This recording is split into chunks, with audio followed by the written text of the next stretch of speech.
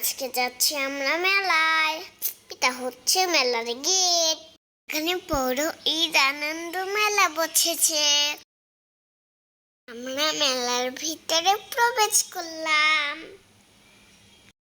ঢুকেই দেখলাম একটা নাগরদোলা। নাগরদোলাটি একটু স্টপ ছিল। আমি একটা ছিটে বসতে গেলাম। একে একাই উঠার চেষ্টা করলাম, কিন্তু মনে মনে ভয় পাচ্ছিলাম। তারপরে উঠে পড়লাম। গিয়েই উঠলাম, নাগরদোলা দোল শুরু করে দিল। আমি তো ভয় পাচ্ছিলাম। কোন রকমে বসে পড়লাম। তবে ভালোই লাগছিল। খুশিতে আমি হেসে ফেললাম। আবার একটু ভয়ও পাচ্ছিলাম। একজন এসে দোলনাতে একটু ধাক্কা দিয়ে গেল। দোলনাতে চড়ে চড়ে দোল খেতে শুরু করলো। কিন্তু আবারও ভয় পেয়ে গেলাম। ভয় পেয়ে দোলনা থেকে নেমে আসলাম। আমি ম্যাজিক নৌকায় উঠতে যাচ্ছি। আমি একা একাই সিঁড়ি দিয়ে উঠছিলাম। আমি তো বেশ ভালোই বড় হয়ে গিয়েছি। একা একাই ম্যাজিক নৌকায় উঠে বসলাম। কেউ একজন আমাকে তাতা দিল, আমিও তাতা দিলাম।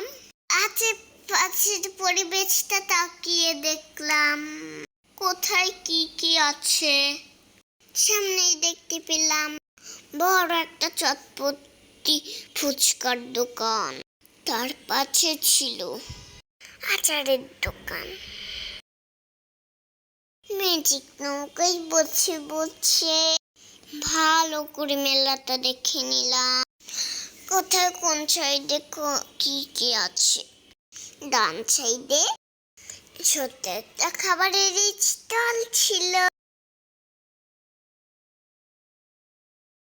ধীরে ধীরে নিচে নেমে আসলাম।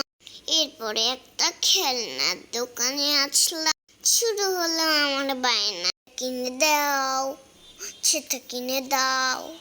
কিনে না দিলে আমি এখান থেকে যাবই না। আমি ঘুরে দাঁড়িয়ে থাকলাম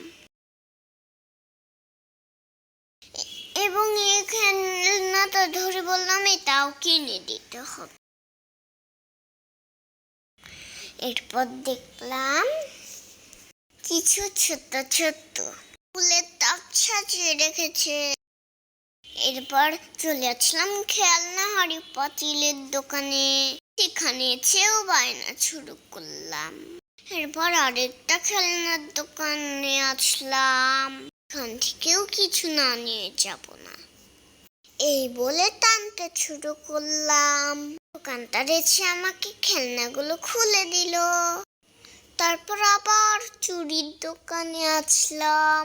আমার কত বায়না। মামা এক এক করে সব কিনে দিতে থাকলো। এবার আমি খুশি হলাম। আমি তো ছোট মানুষ, এজন্য সবগুলো প্যাকেট হাতে নিতে পারলাম না। এরপর মাম্মামকে বললাম চলো একটু আচার খাই।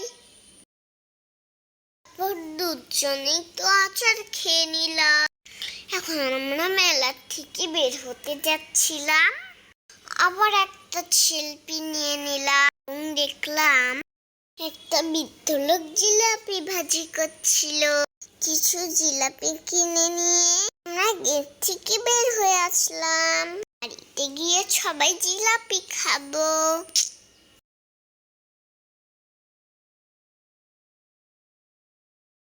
আমরা খেলনাগুলো বের করতে শুরু করলাম।